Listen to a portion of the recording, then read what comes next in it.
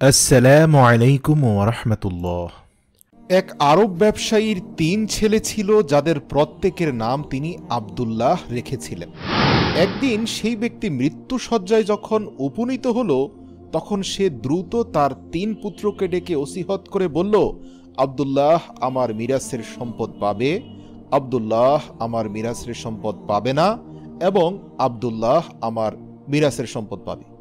এই কথা বলার সঙ্গে সঙ্গেই কোন আব্দুল্লাহ কি পাবে সেটা ব্যাখ্যা করার আগেই তার রূহ কবজ করা হলো, তিনি মারা গেলেন। তো যেহেতু ৩ জনের নামই আব্দুল্লাহ, আর ইন্তেকালের আগে বাবা ৩ জনের নাম সেপারেটভাবে আব্দুল্লাহ উল্লেখ করে ২ জনকে মিরাসের সম্পদ দিয়েছেন, আর একজনের ব্যাপারে বলেছেন সে সম্পদ পাবে না, কিন্তু থাকা খাওয়ার ব্যবস্থা তার হবে। তো মারা যাওয়ার পরে ৩ ভাই পড়ে গেল মহাসংকটে। আসলে এদের মধ্যে কার ব্যাপারে বলেছেন যে সে পৈতৃক সম্পদ পাবে না, আর কোন ২ জনের ব্যাপারে বলা হয়েছে যে সে পৈতৃক সম্পত্তি পাবে?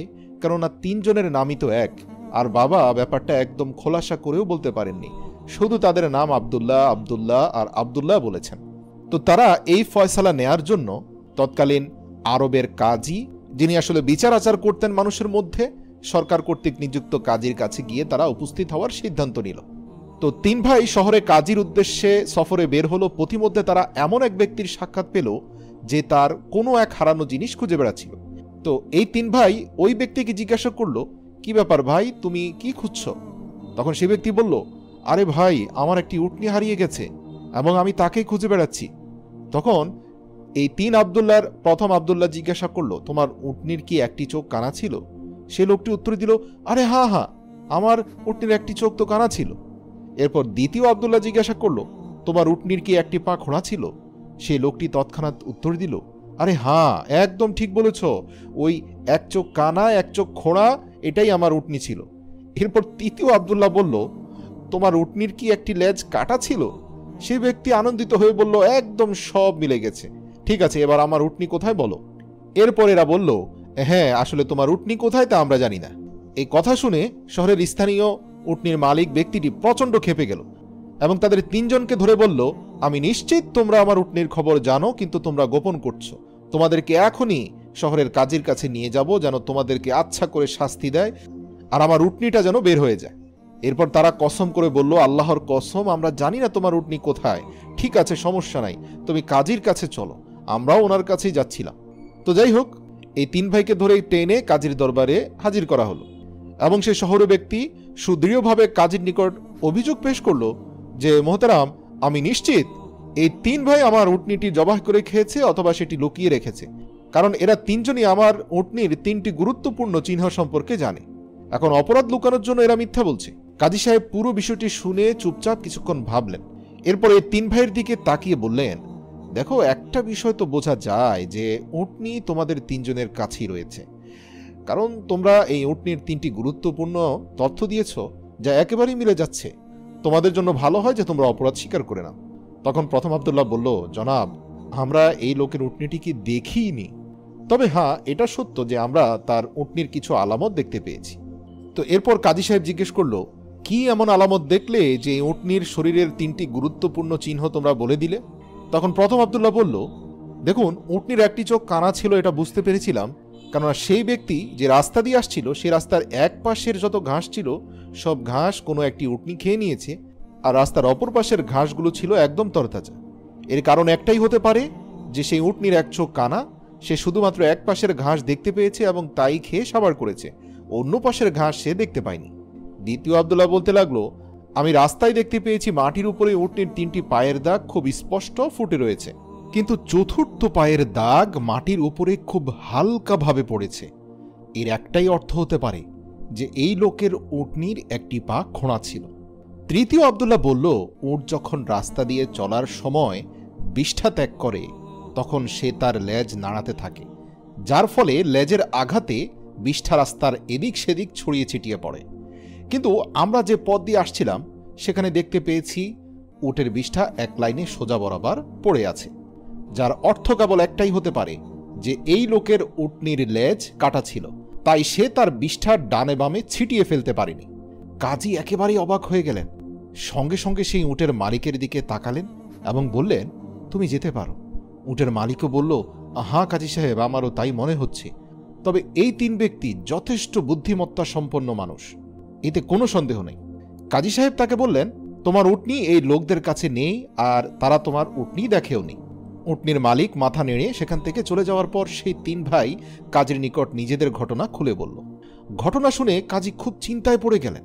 কাজী সাহেব সেই 3 ভাইকে বললেন, আরে এইমাত্র যেই সমস্যার সমাধান করলাম তার থেকেও তো দেখতে পাচ্ছি তোমাদের সমস্যা বড়ই জটিল।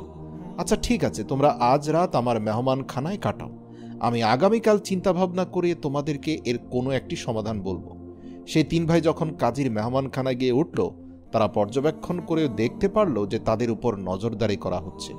কিছুক্ষণ পর তাদের জন্য খাবার আনা হলো। সেখানে রান্না করা গোশত এবং রুটি পরিবেশন করা হয়েছিল। প্রথম ভাই খাবারের দিকে তাকিয়ে বলে দিল, এই গোশত কুকুরের গোশত। দ্বিতীয় ভাই বলল, যেই মহিলা এই রুটি তৈরি করেছে সেই মহিলা গর্ভবতী এবং অত্যন্ত দুঃখী। তৃতীয় ভাই বলল, এই কাজী তার মায়ের অবৈধ সন্তান। এই 3 ভাইয়ের কথা কাজীর কানে পৌঁছালো। কাজী পরের দিন এই 3 ভাইকে তার আদালতে ডেকে পাঠালেন এবং এই 3 জনকে উদ্দেশ্য করে বললেন, তোমাদের মধ্যে কে বলেছিল যে এখানে কুকুরের গোশত রান্না করা হয়েছে? প্রথম ভাই বলল, জি আমি বলেছিলাম। কাজী বাবুর্চিকে ডেকে জিজ্ঞাসা করলো, বাবুর্চি স্বীকার করলো। বাবুর্চি জানালো রান্না করার মতো ঘরে কিছু ছিল না। অতঃপর সে একটি রাস্তার কুকুরকে মেরে তার গোশত রান্না করে এদের জন্য পাঠিয়ে দিল। কাজী প্রথম ভাইকে জিজ্ঞাসা করলো, তুমি কিভাবে বুঝতে পারলে যে এই গোশত গরুর গোশত নয়, এটা কুকুরের গোশত? প্রথম ভাই উত্তর দিল, গরু ছাগল কিংবা উটের গোশতে মাংসের নিচে চর্বি লেগে থাকে, কিন্তু এই গোশতের সব জায়গায় চর্বি ছিল এবং চর্বির নিচে কোনো কোনো জায়গায় গোশত লেগেছিল। কাজী তখন বলল, তুমি হচ্ছ প্রথম আব্দুল্লাহ যে তার বাবার মিরাজ থেকে সম্পদ পাবে। কাজী এরপর পুনরায় তাদেরকে উদ্দেশ্য করে জিজ্ঞাসা করল, তোমাদের মধ্যে কে বলেছিল যে তোমাদের পরিবেশন করা রুটিগুলো এমন কোনো মহিলা বানিয়েছে যে গর্ভবতী এবং সে খুব দুঃখ দুর্দশাগ্রস্ত অবস্থায় দিন কাটাচ্ছে? জবাবে দ্বিতীয় ভাই বলে উঠল, আমি এই কথা বলেছিলাম। কাজী তাকে জিজ্ঞাসা করল, তোমার কেন এমনটা মনে হয়েছে? তখন দ্বিতীয় ভাই জবাব দিল, কারণ হচ্ছে আমি দেখতে পেয়েছি রুটিগুলো একদিকে ফুলে আছে এবং ঠিকমতো রান্না হয়েছে, কিন্তু অপর পাশ কাঁচা এবং মোটা রয়ে গেছে, ঠিকমতো ফোলেনি। আমি তা থেকে এই সিদ্ধান্তে উপনীত হয়েছি যে রুটি তৈরি করা মহিলা তিনি এমন একজন নারী যিনি কষ্ট হয় বিধায় বেশি ঝুঁকতে পারছিলেন না এবং তিনি তার সামনের দিকে ভালো মতো দেখতে পারছিলেন। এর দ্বারা এটাই বোঝা যায় যে সে মহিলা গর্ভবতী, যার ফলে রুটি বানাতে তার খুব কষ্ট হচ্ছিল। কাজী বলল, তুমি হচ্ছ দ্বিতীয় আব্দুল্লাহ যে তার বাবার মিরাজ থেকে সম্পদ পাবে। কাজী এরপর পুনরায় তাদের 3 ভাইকে উদ্দেশ্য করে জিজ্ঞাসা করল, তোমাদের মধ্যে কে বলেছিল যে আমি আমার মায়ের নাজায়েজ সন্তান? তৃতীয় ভাই বলল, এ কথা আমি বলেছিলাম। কাজী তার দরবার থেকে উঠে অন্দরমহলে গেল এবং নিজের মায়ের কাছে জিজ্ঞাসা করল, এ কথা কি সত্যি যে আমি তোমার অবৈধ সন্তান? তখন কাজীর মা তাকে বলল, হ্যাঁ এ কথা সত্যি যে তুমি আমার অবৈধ সন্তান। কাজী পুনরায় দরবারে আসলো এবং তৃতীয় আব্দুল্লাহকে জিজ্ঞেস করল, তুমি কিভাবে জানতে পারলে যে আমি আমার মায়ের অবৈধ সন্তান? তৃতীয় আব্দুল্লাহ উত্তর দিল, তুমি যদি বৈধ সন্তান হতে তাহলে তুমি মেহমানখানায় আমাদের উপর নজরদারি করতে না, আর না আমাদেরকে কুকুরের গোশত রান্না করে খাওয়াতে, আর এক অসহায় গর্ভবতী মজলুম মহিলাকে দিয়ে কাঁচা রুটি বানিয়েও আমাদেরকে খাওয়াতে না। কাজী তৃতীয় আব্দুল্লাহকে উদ্দেশ্য করে বলল, তুমি হচ্ছ সেই আব্দুল্লাহ যে তার বাবার মিরাজ থেকে কোনো সম্পদ পাবে না। তৃতীয় আব্দুল্লাহ বিস্ময়ের সাথে বলল, কেন, আমি তোমার বদনাম করেছি তাই? কাজী সাহেব বলল, দেখো তুমি আমার জন্য যা বলেছ তা যদি সত্যিকার অর্থে আমি রাগ এবং ক্ষোভের সাথে নিতাম, সেই ক্ষেত্রে আমি তোমাকে শারীরিকভাবে লাঞ্ছিত করতাম। আসলে আমি যা বলছি তাই সত্য, কারণ সত্য কথা হচ্ছে একজন নাজায়েজ সন্তানই আরেকজন নাজায়েজ সন্তানকে ঠিক ঠিক চিনতে পারে, আর আমিও ঠিক তোমাকে চিনে নিয়েছি, তুমিও তোমার মায়ের একজন নাজায়েজ সন্তান। এর জন্যই তোমার পিতা তৃতীয় আব্দুল্লাহকে কোনো প্রকার সম্পদ দিয়ে যায়নি। পিতার মিরাজ থেকে তুমি কোনো সম্পদ পাবে না, যেমনটা আমিও পাইনি। তৃতীয় আব্দুল্লাহ যে মূলত বাবার সম্পদ থেকে বঞ্চিত হয়েছে, সে তার মাকে গিয়ে জিজ্ঞেস করল যে এই ঘটনাটি কি ঠিক? তাদের মা তখন বলল যে হ্যাঁ, একদিন তোমার বাবা ফজরের নামাজ পড়তে মসজিদে গিয়েছিলেন, তখন মসজিদের দরজার কাছে তোমাদের বাবা একটি বাচ্চাকে দেখতে পান। তিনি তখন সেই বাচ্চাটিকে নিজের সাথে করে ঘরে নিয়ে আসেন।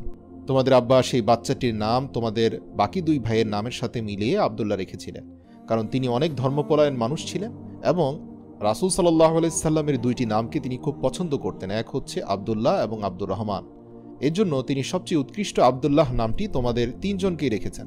তোমাকে কুড়িয়ে পেয়েছি এ কথা কখনো তোমাকে বলতে নিষেধ করেছেন, কিন্তু যেহেতু শরীয়ত মোতাবেক শুধুমাত্র ঔরসজাত সন্তানদেরকেই সম্পদ দেওয়া উচিত, তাই তোমার বাবা সম্পদ ওই দুজনকে দিয়েছেন আর তোমার জন্য শুধু থাকা খাওয়ার ব্যবস্থা করেছেন। প্রিয় দর্শক, আরবদের গল্পের কাহিনীগুলো এমনই হয়ে থাকে। সেই সমস্ত গল্পে অনেক শিক্ষণীয় বিষয় পাওয়া যায়। এই গল্পটিও আরবদের উপন্যাস থেকে আপনাদের জন্য আমি অনুবাদ করেছি।